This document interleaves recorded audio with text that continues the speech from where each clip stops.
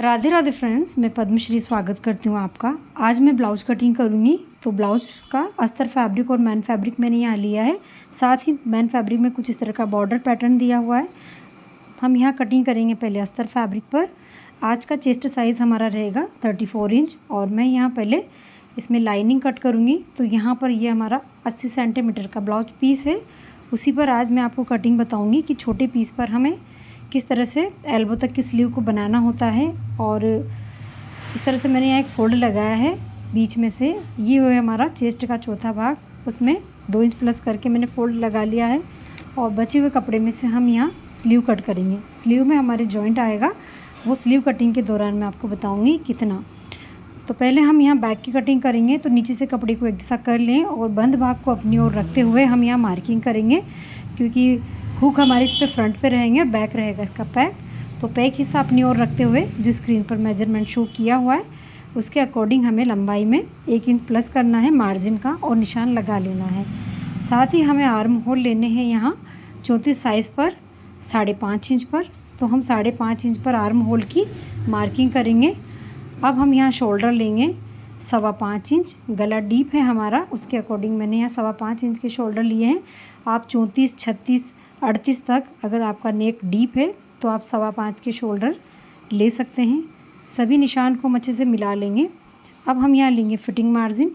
तो यहाँ चेस्ट का चौथा भाग हम लेंगे जो कि है हमारा 8.5 इंच। एक मार्किंग हम 8.5 इंच पे करेंगे और 1.5 इंच हम एक्स्ट्रा लेंगे यहाँ फिटिंग मार्जिन का। अब हम कमर की फिटिंग लेंगे। तो कमर का चौथा भाग है हमारा 7 इंच, 1 इंच बैक डॉट का और 1.5 इंच हम एक्स्ट्रा मार्जिन लेते हुए यहाँ निशान ड्रॉ करेंगे। अब हम इन्हें अच्छे से मिला लेंगे। उसके बाद हम आर्म होल को गोलाई देंगे। हमें इंच टेप को रखना है आर्म होल की यहाँ, उसका सेंटर लेना है। तो यहाँ मैंने इसका सेंटर लेके 1 इंच की दूरी पर यहाँ गोलाई दी है कुछ इस तरह से और फिटिंग मार्जिन तक इसे मिला देना है। अगर गला डीप है तो 1 इंच की दूरी लें और अगर गला छोटा है तो आप 1.5 इंच तक का इसमें गैप लें। साथ ही हमें 2.25 इंच पर गले की मार्किंग करनी है। शोल्डर हमारे डीप गले के अकॉर्डिंग मैंने लिए हैं 34, 36, 38 तक का आप इसमें मेज़रमेंट ले सकते हैं। साथ ही गले की लंबाई हमारी यहाँ 9.5 इंच है और नीचे से गले की चौड़ाई में ले रही हूँ यहाँ पर 3.25 इंच। और यहाँ पर हम निशान लगा लेंगे। स्केल की सहायता से इसे अच्छा सा मिला लें। मैं यहाँ गला नीचे तक ड्रॉ करूँगी क्योंकि मैं यहाँ सीधी कटिंग कर रही हूँ। बैक हमारा थोड़ा सा डिज़ाइनर रहने वाला है, उसी के अकॉर्डिंग आज मैं यहाँ कटिंग कर रही हूँ। जब बैक स्टिचिंग करेंगे तो आप उसमें किस तरह की डिज़ाइन आज की रहेगी वो मैं आपको ज़रूर बताऊँगी। बाकी एज़ इट इज़ जो निशान हमने लगाए हैं उसके अकॉर्डिंग आप ब्लाउज कट कर लें। नेक अभी हम कट नहीं करेंगे, पहले हम फ्रंट की कटिंग करेंगे। तो जो ओपन साइड है ब्लाउज पीस पे वो अपनी ओर रख लें और इस तरह से हमें बैक साइड जो है इसके ऊपर रख देना है। अब हमें यहाँ लंबाई में 1 इंच एक्स्ट्रा चाहिए क्योंकि हमें यहाँ बेल्ट मार्जिन की ज़रूरत होती है। तो ये 1 इंच से थोड़ा कम है, यानी कि 1.25 इंच ये है। तो यहाँ अगर आप प्रिंसेस ब्लाउज़ की कटिंग कर रहे हैं तो ये काफ़ी है, लेकिन अगर आप टक्स वाले ब्लाउज़ की कटिंग करेंगे 4 टक्स पे तो ये थोड़ा छोटा रहेगा, इसमें बेल्ट नहीं निकलेगा। इसके लिए हमें क्या करना है, कटिंग हमें इधर से करनी है और हमें यहाँ 4 टक्स वाला पार्ट निकाल के बेल्ट को यहाँ साइड से निकाल लेना है, क्योंकि सिलाई साइड में हमारा जो कपड़ा बचेगा उसमें से हम बेल्ट कट करेंगे। तो यहाँ निशान लगाते हैं हम 4 टक्स वाले पार्ट का। सबसे पहले लेंगे हम आर्म होल जो कि हमने बैक पे लिए थे, सेम वही 5.5 इंच के। गला हम फ्रंट का यहाँ 9 इंच ले रहे हैं, आप आपके अकॉर्डिंग कम या ज़्यादा कर सकते हैं। साथ ही 2 पॉइंट का मार्जिन हम छोड़ेंगे यहाँ हुकाई की पट्टी के लिए। तो स्केल से इस तरह से मार्किंग करके हमें शोल्डर लेने हैं। शोल्डर हमारे बैक पे जो थे वही हमें यहाँ पर ड्रॉ कर लेना है और सभी निशान को हम स्केल से अच्छे से मिला लेंगे।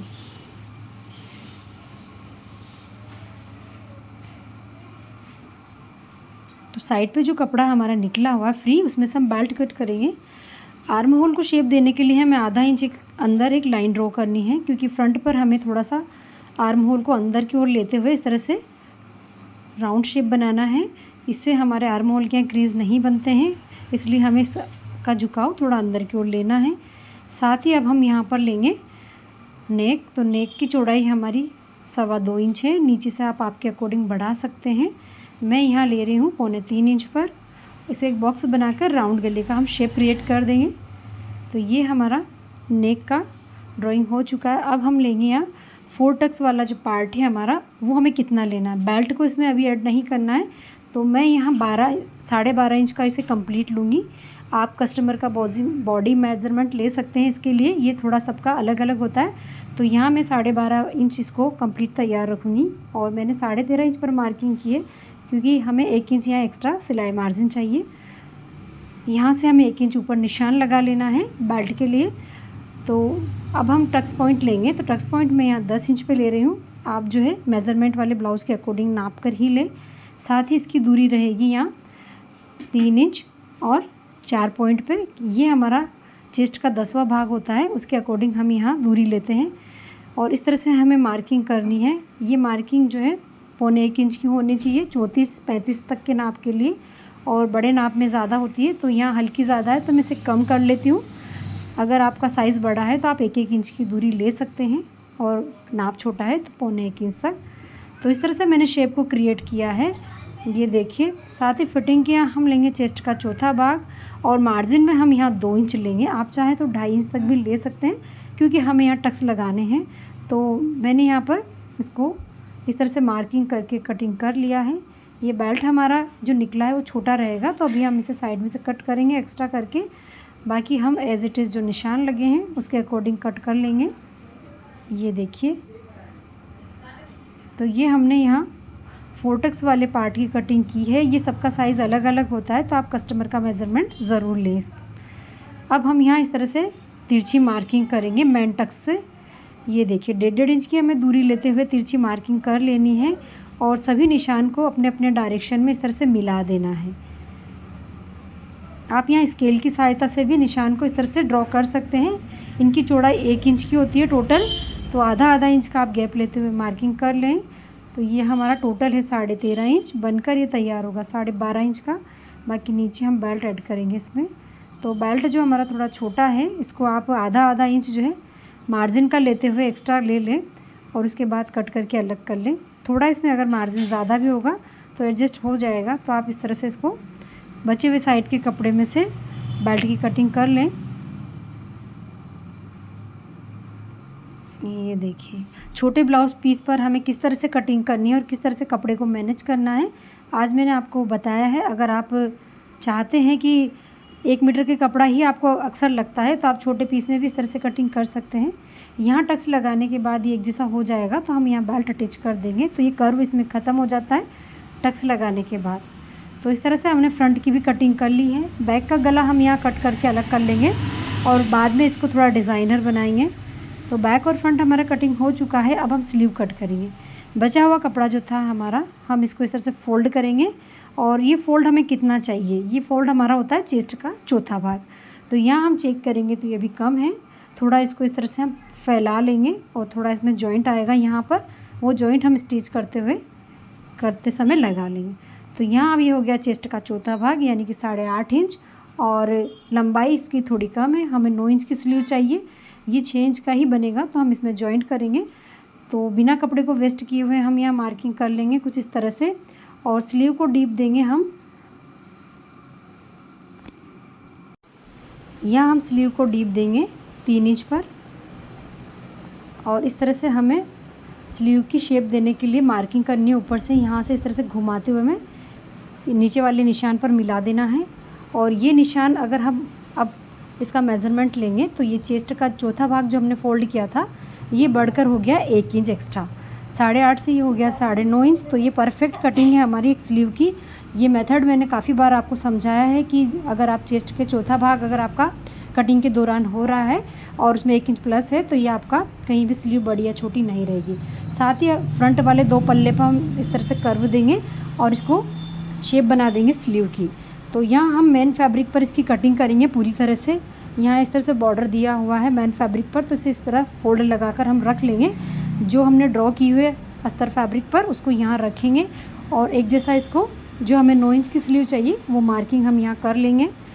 हमें आधा इंच इसमें सिलाई का मार्जिन एक्स्ट्रा लेना है और यहाँ मार्किंग कर लेनी है।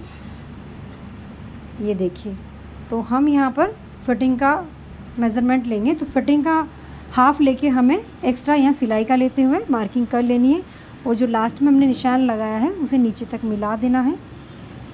इस तरह से, और जो हमारा चेस्ट का चौथा भाग है उसको फिटिंग तक मिला देना है।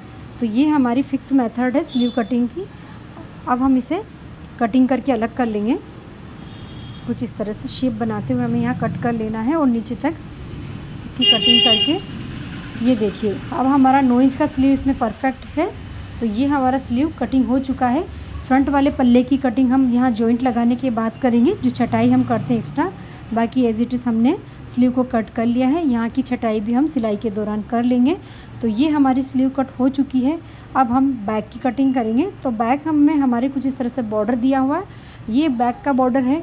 तो अक्सर हम इसको नीचे की तरफ रखते हैं कमर पर कुछ इस तरह से, लेकिन आज हम कुछ नया ट्राई करेंगे। तो यहाँ पर मैं इसे खड़ी डिज़ाइन में ले रही हूँ और बैक पर जो हमने नेक कट किया था वहाँ पर इस तरह से इसको रख देंगे। तो ये हमारा पूरा है कपड़ा। तो यहाँ इसे रखते हुए हम एज इट इज़ कट कर लेंगे और बाद में इसको सिलते समय इसमें थोड़ा डिज़ाइनर लुक देंगे। तो बैक भी हमारा कट हो चुका है। इसी तरह से बचे हुए कपड़े में हम फ्रंट और बेल्ट भी कट कर लेंगे। बाकी स्टिचिंग मैं आपको नेक्स्ट वीडियो में बताऊंगी। अभी वीडियो काफ़ी बड़ा हो जाएगा तो मैं यहाँ स्टिचिंग आपके लिए नहीं लेकर आई हूँ। तो आप स्टिचिंग के लिए नेक्स्ट वीडियो का इंतज़ार करें। और अभी तक के लिए राधे राधे, मिलते हैं नेक्स्ट वीडियो में।